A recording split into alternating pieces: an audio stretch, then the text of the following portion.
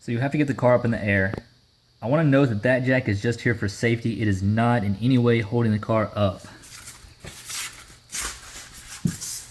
All it's doing is stopping the car from moving at this point. So you'll get under the car.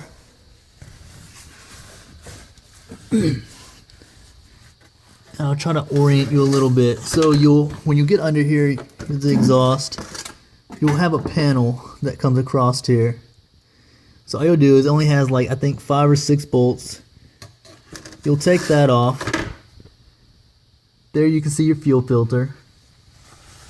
And then we'll orient up in here so you can kind of get an idea of where everything is.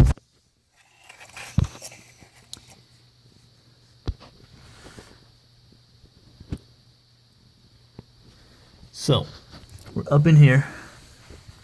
You can see your transmission. You can see over here you have your SMG hydraulic lines, and then you'll see a handful of plugs, and I already have this one unplugged, but kind of hard to get to.